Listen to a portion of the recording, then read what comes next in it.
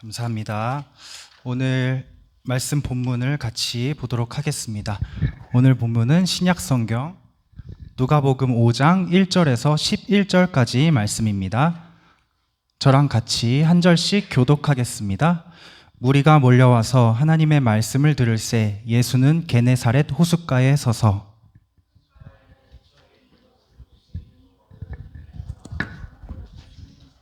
예수께서 한 배에 오르시니 그 배는 시몬의 배라.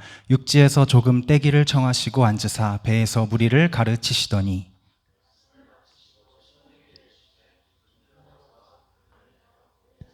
시몬이 대답하여 이르되 선생님, 우리들이 밤이 새도록 수고하였으되 잡은 것이 없지만은 말씀에 의지하여 내가 그물을 내리리이다 하고,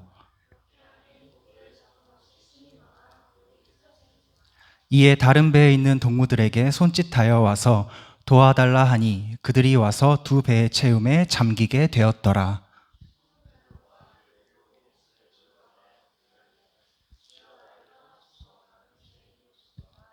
이는 자기 및 자기와 함께 있는 모든 사람이 고기 잡힌 것으로 말미암아 놀라고,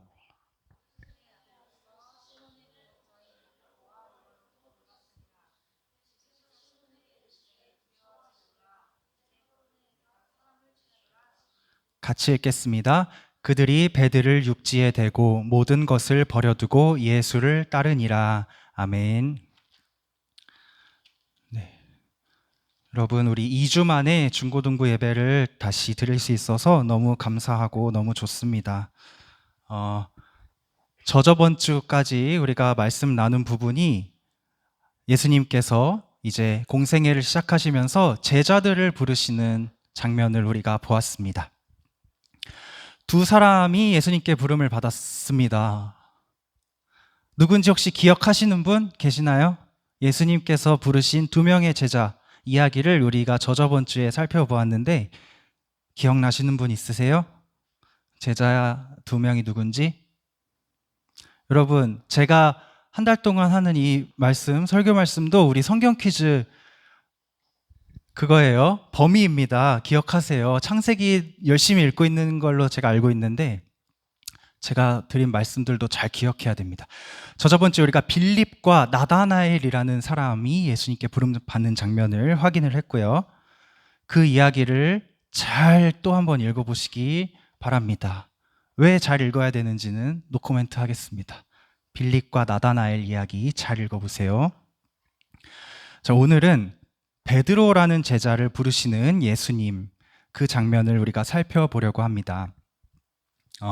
여러분, 베드로 아시나요? 혹시 들어보신 분? 아니, 안 들어보신 분 손 들어보세요. 하나, 둘, 셋. 다 들어봤네요. 베드로 정말 유명한 제자예요.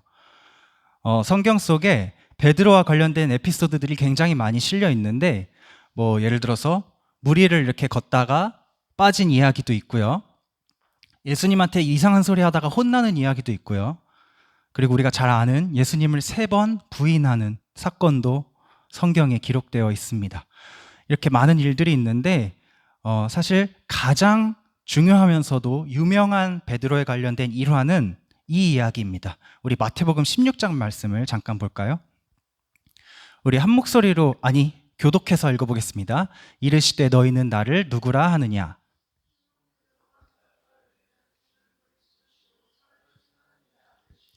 예수께서 대답하여 이르시되 바요나 시모나, 내가 복이 있도다. 이를 내게 알게 하니는 혈육이 아니요 하늘에 계신 내 아버지시니라.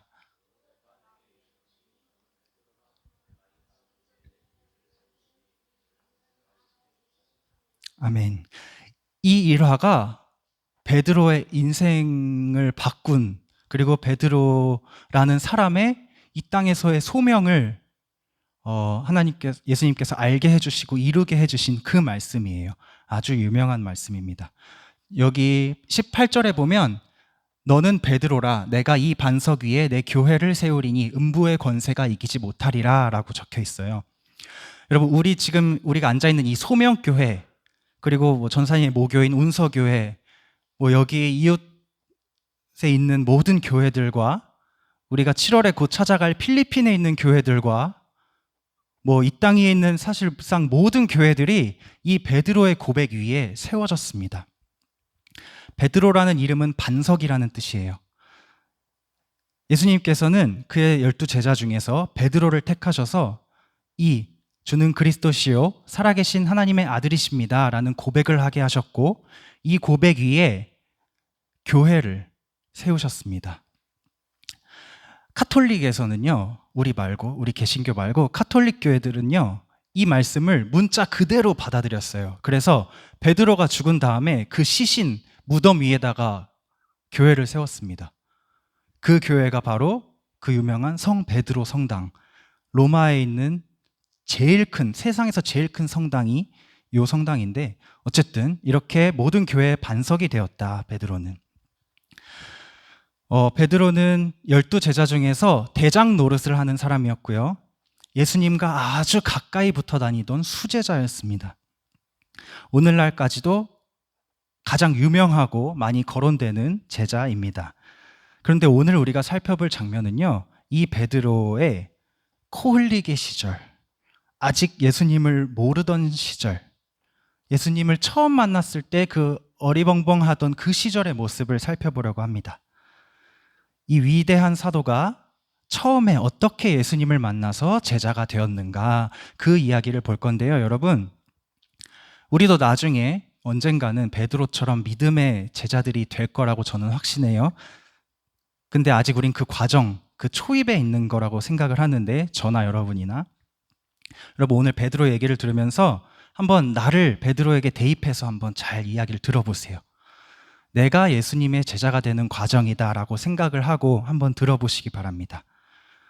그런 와중에 주님께서 우리 각 사람의 마음에 주님의 말씀이 심겨지기를 소망합니다. 우리 예수님과 베드로의 첫 만남을 한번 보겠습니다. 요한복음 1장 40절에서 42절 말씀을 제가 적어왔는데 제가 읽어볼게요. 여러분 눈으로 따라와 주세요. 요한의 말을 듣고 예수를 따르는 두 사람 중에 하나는 시몬 베드로의 형제 안드레라. 그가 먼저 자기의 형제 시몬을 찾아 말하되 우리가 메시아를 만났다 하고, 메시아는 번역하면 그리스도라. 데리고 예수께로 오니 예수께서 보시고 이르시되 내가 요한의 아들 시몬이니 장차 게바라 하리라 하시니라. 게바는 번역하면 베드로라. 예수님과 베드로가 처음 만나는 장면입니다. 세례 요한 기억하죠, 여러분? 예수님이 아직 공적인 사역을 시작하시기 전에 세례 요한에게 세례를 받으시죠. 그 세례 요한이 이렇게 걸어 다니시는 예수님을 보고 저분은 하나님의 아들이야 라고 증언을 한 이후에 세례 요한을 따르던 제자들이 예수님을 따라다니기 시작합니다. 그 중에는 여기 40절에 나오는 시몬 베드로의 형제 안드레도 있었어요. 형제라고 나와 있는데, 성경에 형제라고 나와 있는데 사람들은 추측을 합니다. 안드레가 베드로의 친동생일 것이다. 왜냐하면 성경에 그런 근거들이 굉장히 많이 있어요. 어쨌든 안드레라고 하는 그 베드로의 동생이 예수님을 먼저 만나고 예수님을 믿게 되고 형한테 달려가요.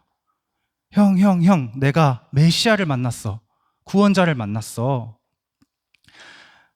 저번 주에 우리 봤던 말씀과 비슷하죠. 빌립이 먼저 예수님을 만나고 친구 나다나엘에게 뛰어가서 야야야, 내가 메시아를 만났어. 그리고 나다나엘이 그 말을 듣고 예수님께 달려갔던 그 말씀과 굉장히 비슷한 구조인데, 어쨌든 그렇게 해서 베드로가 동생 말을 듣고 예수님께로 갑니다. 그래, 뭐 어떤 사람인지 한번 보기나 하자. 그러고 가요. 그 장면이 이 장면이에요. 베드로가 예수님께 다가가는데 예수님께서 42절에 보니까 예수께서 보시고 이르시되 내가 요한의 아들 시몬이니 장차 게바라 하리라 하시니라. 뭐 안녕하세요, 안녕, 첫 인사도 없이, 뭐 통성명도 없이 예수님께서 이렇게 말씀하세요. 너는 시몬인데 너는 베드로야. 너는 장차 내 교회의 반석이 될 거야 라고 말씀하십니다. 베드로는 어안이 벙벙하겠죠. 처음 만나는 분이 지금 이런 말을 하고 있는 거예요. 이상한 사람이네. 안드레, 이거 맞아? 나 시몬인데 나한테 왜 베드로라고 해? 제가 주희 강아지 제리였나요? 제리한테 해피라고 부르잖아요. 어이없었죠. 그런 거랑 비슷한 거예요. 예수님이 시몬을 보시고 너는 베드로야 하는 거예요. 시몬 입장에서 얼마나 당황스럽겠습니까? 게다가 갑자기 나를 반석이다. 돌이, 반석은 반듯한 바위, 돌이라는 뜻이거든요. 나보고 돌이래요. 이해가 됐을까요? 이 말이? 안 됐겠죠. 이상했겠죠. 이 이상한 만남이 베드로와 예수님의 첫 만남이었습니다. 이 만남이 있은 후에는 한동안 성경에 제자들 이야기가 나오지 않아요. 나오지 않고 예수님 혼자서 사역을 하십니다. 병을 고치시고 말씀을 전하시고 여러 가지 일을 하세요. 제자들은 이야기가 나오지 않습니다. 그런데 이야기 딱 하나 나와 있어요. 바로 제자들이 어떤 사람이었는가가 나오는데 이렇게 나와요. 베드로는 어부였다. 그의 동생 안드레와 동업자였던 야고보와 요한도 다 고기를 잡는 어부였다. 이 말이 나옵니다. 지금 초창기에 예수님을 이렇게 만나고 제자가 되려고 했던 이 제자들이 다 어부였어요.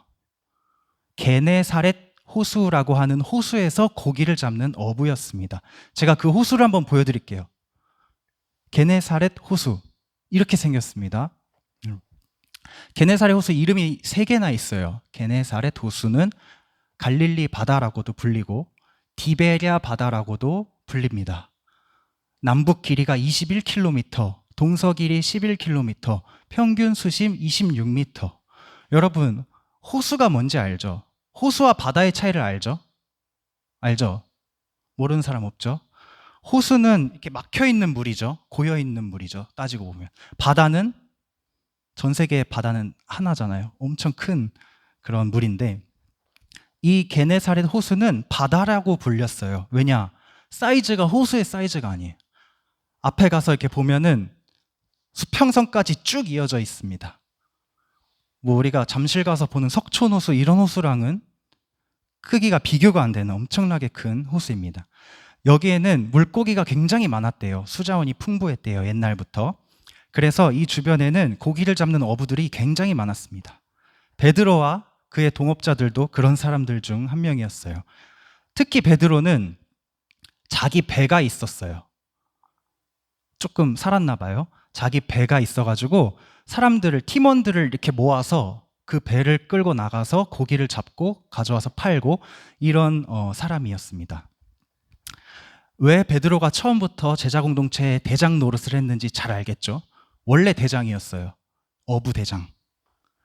그런데 이렇게 고기잡이를 하면서 살고 있는 제자들에게, 아직 제자들이 아니죠, 어부들에게 아주 큰 문제가 하나 발생합니다.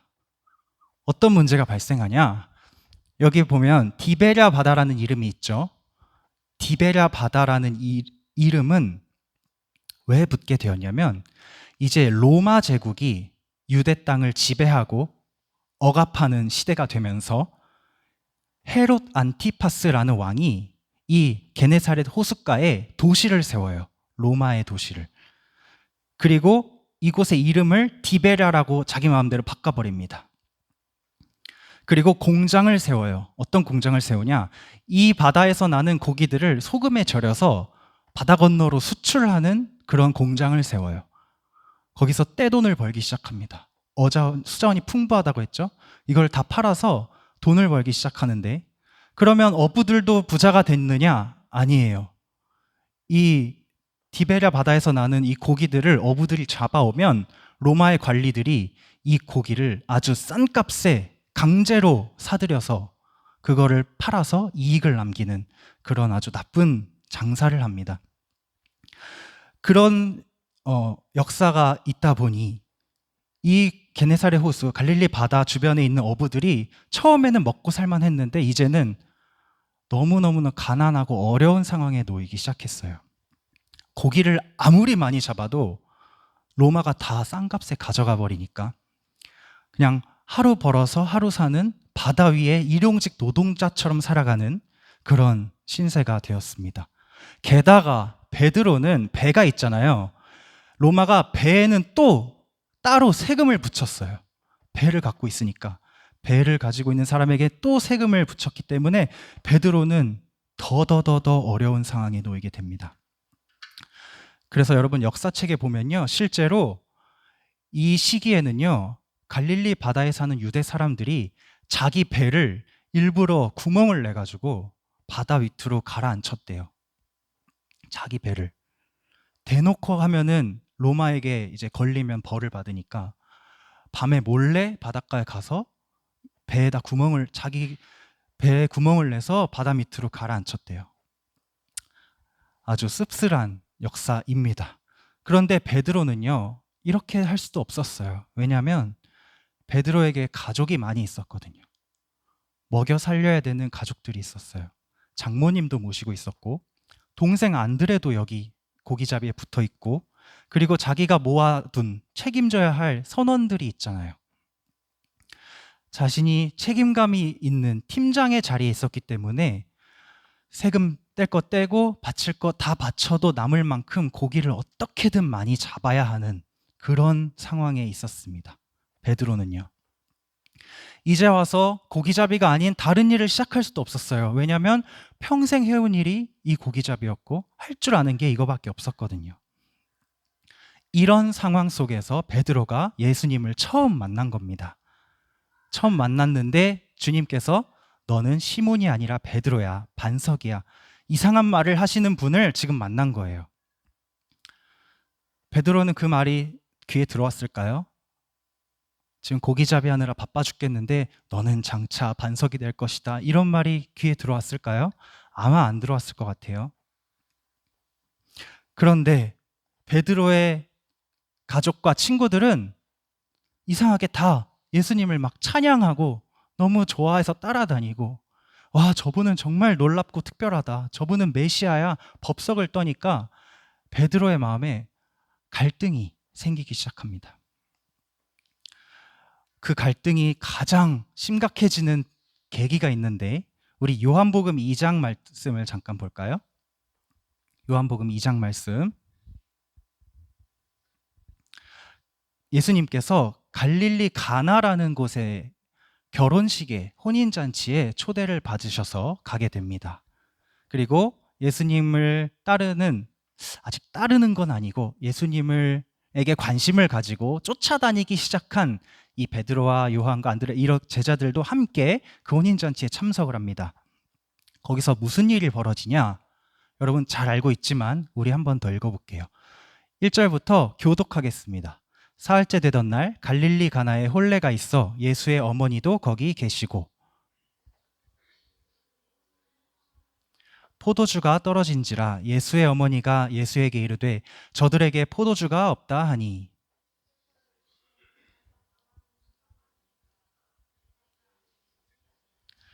그의 어머니가 하인들에게 이르되 너희에게 무슨 말씀을 하시든지 그대로 하라 하니라.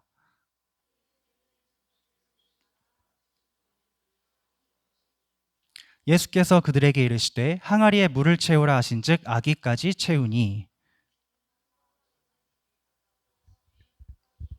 연회장은 물로 된 포도주를 맛보고도 어디서 났는지 알지 못하되 물 떠온 하인들은 알더라. 연회장이 신랑을 불러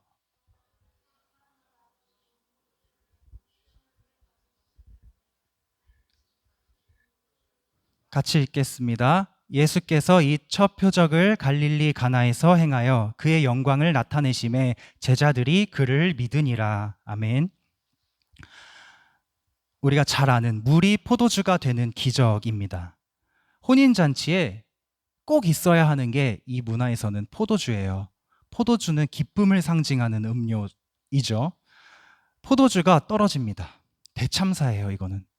혼인잔치에 포도주가 떨어진다는 건 뷔페에 뭐가 있을까요? 뷔페에 어쨌든 뷔페에 육회와 초밥과 스테이크가 떨어진다, 뭐 이런 것과 비슷한 거예요. 꼭 있어야 될 게 없다는 겁니다. 사람들이 흥이 팍 죽어요. 아니, 누가 혼인잔치를 여는데 포도주를 부족하게 준비해, 이게 말이 돼? 라고 할 찰나에 예수님께서 이 기적을 베푸신 거예요. 하인들에게 항아리에 물을 채워서 갖다 주거라. 하인들은 시키시니까 가서 물을 따라 줍니다. 근데 사람들이 이 물을 마시고 감탄을 하는 거예요. 와, 이렇게 맛있는 포도주를 왜 이제야 갖고 오지? 원래는 먼저 좋은 포도주를 준 다음에 나중에 싼 거를 주는데 취하면 맛을 구분을 못 하잖아요. 원래 그렇게 하는 게 정석인데 여기는 점점 더 맛있는 걸 내놓는다. 너무 신나서 기뻐하고 즐거워해요. 11절에 보니까 이 기적이 있은 후에 제자들이 이제 예수님을 믿기 시작합니다. 말도 안 되는 기적을 보고 난 후에, 물이 포도주가 되는 기적을 본 후에 예수님을 믿는 믿음이 생기기 시작해요. 베드로도 이 자리에 분명히 있었습니다. 하나님의 아들이 아니면 할 수 없는 일을 예수님께서 하셨는데 그 광경을 두 눈으로 똑똑히 봤어요. 와, 지금까지 내가 이분을 따라다니면서 들은 어떤 말씀도 좋았고, 병을 고치거나 귀신을 쫓아내거나 하는 것도 너무 신기하고 좋았는데 이건 차원이 다른 기적이야. 어떻게 눈에 보이는 물이 포도주가 될 수 있어? 이분은 하나님의 아들이 맞나 보다. 믿음이 생겨요. 그런데 믿음이 생기는데 동시에 베드로의 마음 깊은 곳에 갈등이 점점 더 심해집니다. 왜 갈등이 있을까요? 이때부터 베드로의 이중 생활이 시작돼요, 여러분. 베드로의 이중 생활.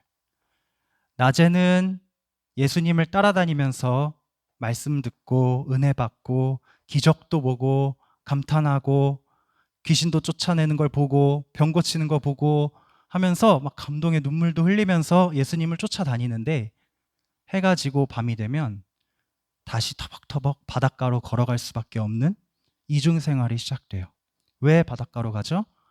가족들을 먹여 살리기 위해서 고기를 잡아야 되니까. 밤마다 갈릴리 바다로 가면서 베드로가 이렇게 생각했을 것 같아요. 아, 예수님이랑 계속 같이 있고 싶다. 저분의 말씀을 밤새도록 듣고 싶다. 저분이 행하시는 기적들을 매일매일 보고 싶은데, 꼭 붙어 있고 싶은데, 저분의 일거수일투족을 놓치지 않고 함께 있고 싶은데 발은 어쩔 수 없이 바닷가로 향할 수밖에 없어요. 배 위에 올라서 그물을 던지고 올리고 손질하고 또 그물 던지고 올리고 손질하고 고기가 잡히면 갖다 팔고 세금 바치고 공장에 강제로 고기들을 팔고 남는 것으로 양식을 사서 가족들을 먹이고 이런 생활이 반복됩니다. 이런 생활이 반복되면서 베드로의 마음에 점점 가나의 혼인잔치를 통해서 들어왔던 믿음이 약해지기 시작해요. 그래, 저분이 하나님의 아들인 건 알겠어. 근데 그게 뭐? 그게 나한테 뭐 밥을 먹여줘? 뭘 해줘? 돈을 벌게 해줘? 뭘 해줘? 아무런 변화를 주지 못하잖아요.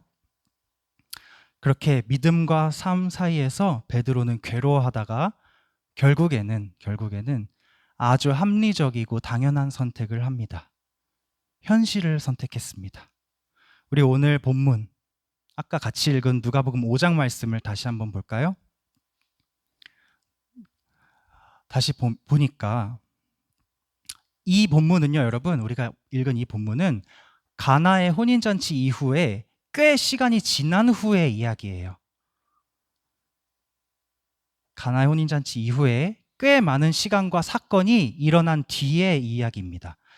그 사이에요, 예수님이 유대 땅에서 세례도 베풀기 시작하셨고요.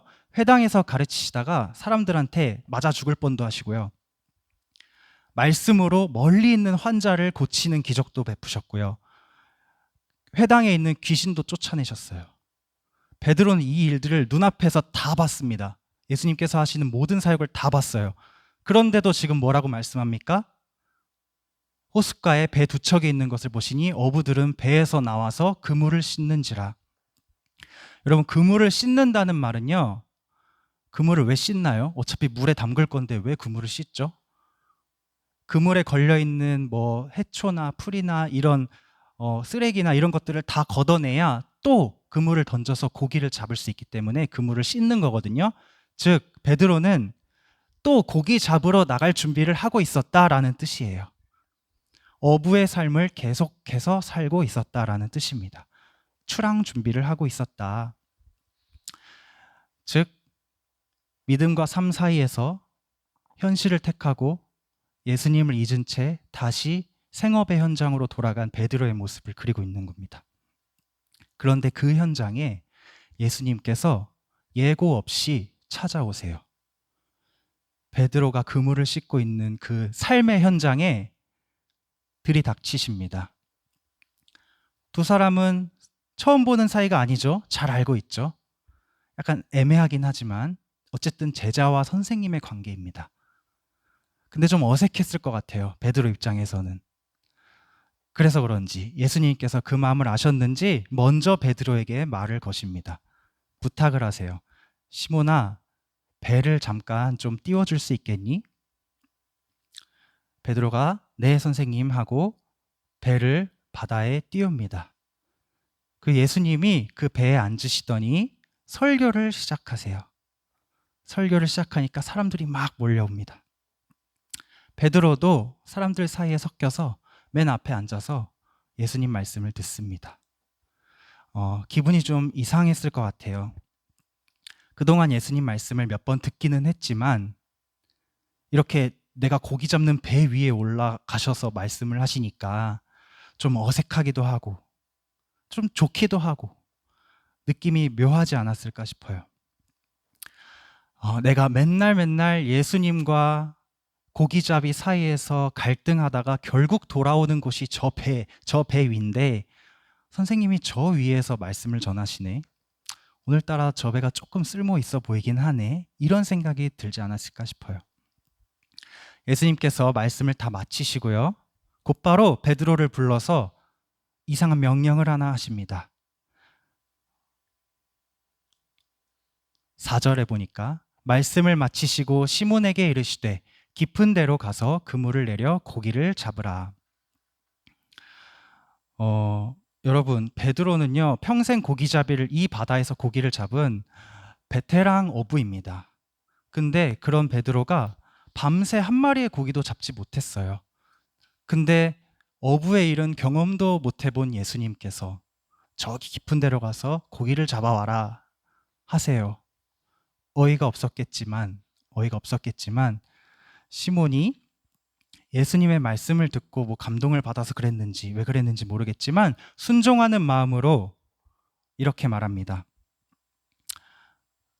시몬이 대답하여 이르되 선생님, 우리들이 밤이 새도록 수고하였을 때 잡은 것이 없지만은 말씀에 의지하여 내가 그물을 내리리이다 하고 가서 깊은 곳으로 가서 그물을 내립니다. 말씀에 순종한 베드로에게 어떤 일이 일어났는지 6절, 7절에 나와 있어요.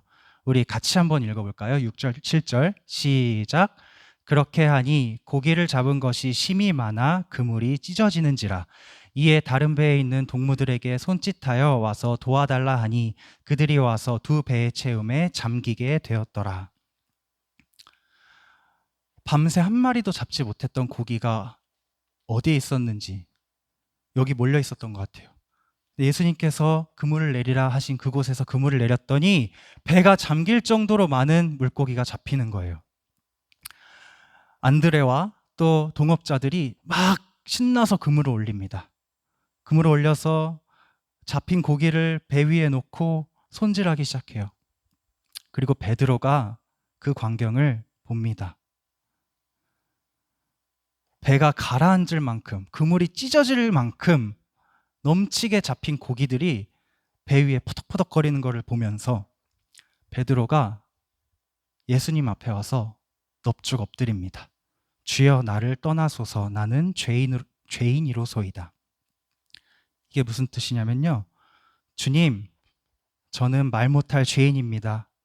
저를 불러주시고 기적을 보여주시고 놀라운 말씀들을 가르쳐 주셨는데 저는 지금까지 선생님을 따라가지 못했습니다. 현실에 눈이 멀어서 늘 이 배 위로 돌아왔습니다. 저같이 믿음이 적은 사람은 선생님의 제자가 될 자격이 없습니다. 저를 떠나주세요. 이런 말씀이에요. 그런데 예수님께서 베드로에게 대답하십니다. 시몬아, 무서워하지 마라. 이제부터 너는 나와 함께 사람을 취하는 어부가 될 것이다. 시몬아, 나는 이 땅에서 죽어가는 내 자녀들을 구원하기 위해 왔어. 그리고 그 일을 너와 함께 하기를 원한다. 너가 삶의 현실에 얽매이고 상황에 얽매이고 일상에서 찾아오는 어려움에 얽매이지만 걱정하지 마. 이 고기들을 봐. 나에게 불가능한 일은 없어. 나를 끝까지 따라오는 믿음, 그 믿음을 내가 가졌으면 좋겠다. 그래서 내가 오늘 너의 이 삶의 자리를 찾아온 거야. 다시 한번 너에게 물어볼게. 나를 따라오겠니? 라고 하셨어요. 베드로가 뭐라고 대답했을까요? 11절에 보니까 우리 같이 읽어볼까요? 시작. 그들이 배들을 육지에 대고 모든 것을 버려두고 예수를 따르니라. 갈릴리 바닷가에서 평생 이 배를 가지고 고기를 잡던 어부들이요, 이 목숨과도 같은 배를 버려두고 모든 것을 버려두고 예수님을 따르게 됩니다. 이 장면이 모든 이 땅 위의 교회의 기초이자 반석이 되는 제자 베드로의 시작입니다. 그리고 이 자리에서 지금 이 교회 위에서 기쁨이 넘치는 예수 공동체가 되는 걸 꿈꾸면서 예배하는 우리들의 기초가 되는 장면입니다, 여러분. 우리는 오늘 어떤 마음으로 예수님을 바라보고 있나요? 그냥 믿을 만한 분, 슬플 때, 외로울 때 위로해 주시는 분, 교회 가면 전도사님이 항상 예수 예수 하면서 강조하는 분, 나를 사랑해서 목숨도 버리셨다는데 내 삶이랑 내 일상이랑 무슨 상관이 있는지까지는 잘 모르겠는 분, 이 정도입니까? 아니면 나의 모든 것을 버려두고 따르고 싶은 분입니까? 사랑하는 소명의 중공부 여러분, 매주 우리가 말씀을 들으면서요, 얻은 이 마음과 은혜와 예수님을 만나 경험한 이 예수님의 사랑을요, 각자의 일상과 삶의 자리에서 살아낼 수 있는 우리들 되기를 소망합니다. 베드로가 배 위에서 예수님을 잊어버린 것처럼 우리도 학교에서, 직장에서, 저도 학교에서 살다 보면요, 예수님을 잊어버릴 때가 너무너무 많아요. 삶에 치여서, 일상에 치여서, 보살필 가족들 때문에. 그러나 그런 어려움과 문제들까지도 해결해 주고 싶으신 분이 예수님이세요, 여러분. 우리가 그 사실을 기억하면서 예수님을 붙잡으시길 바라고요. 일상 속에서, 교회가 아니라 일상 속에서도 예수님의 참된 가치가 발견될 수 있다는 그 사실을 깨달으시는 여러분 되시기를 소망합니다. 어디에 있든지 무엇을 하든지 예수님과 함께, 예수님을 위해 살아가는 우리 중고등부가 되길 간절히 소망합니다. 우리 믿음과 삶 찬양하고 기도하겠습니다.